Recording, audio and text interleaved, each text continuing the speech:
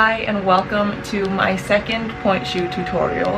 Today I will be showing you how I darn my point shoes. So darning your point shoes is when you sew like a rim or a thicker bit on the edge of the box here where the point shoe and the floor meet. It's to make the box here slightly bigger so it helps you balance. It's also supposed to be anti-slip.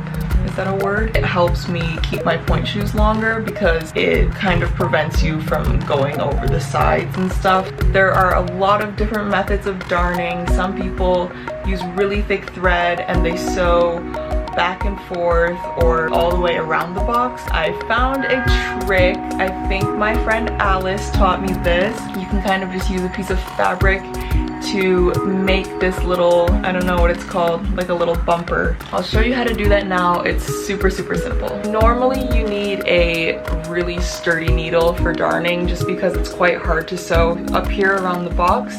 I like to use these curved needles. I don't know what they're called, but they're really perfect for darning. And I normally use quite a thick thread, but I've run out of thread. So if you're ever in a situation where you can't get thread and you need it urgently, you can always use floss.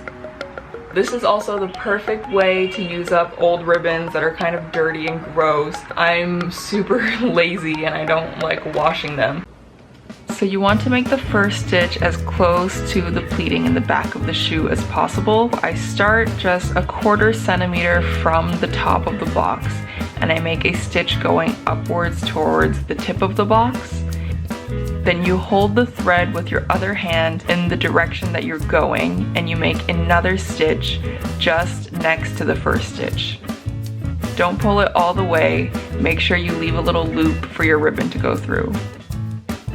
Then I fold the ribbon hot dog wise twice, so it's 1/4 of its width. I send it through the loop and then I tighten the thread. Then you just continue making the same stitch all the way across the shoe, adjusting the ribbon as you go along.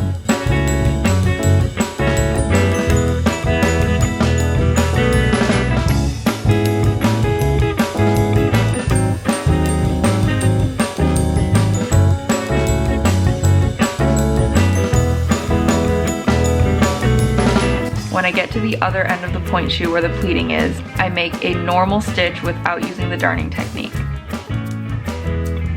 To go in the opposite direction, you just move the thread to the other side, and I always sew in between the stitches that I've already made.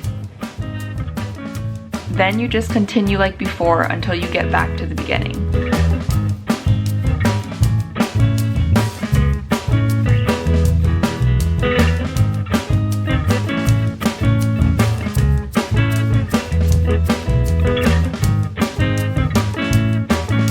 Once I get back to where I started, I make a stitch going upwards away from the top of the box.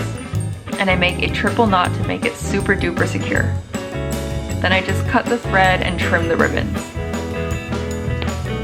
So as you can see, it's all finished. I usually like to burn the ends with a lighter, but I don't have one with me right now because I think I threw them away. But that's it. It's super simple and easy. It might be a little bit daunting at the beginning just because it's kind of finicky, but I would keep going at it. It does get easier. If it's a little bit messy, no one can see anyway, so don't worry about having to be neat or anything. Thank you so much for watching and I'll see you next time.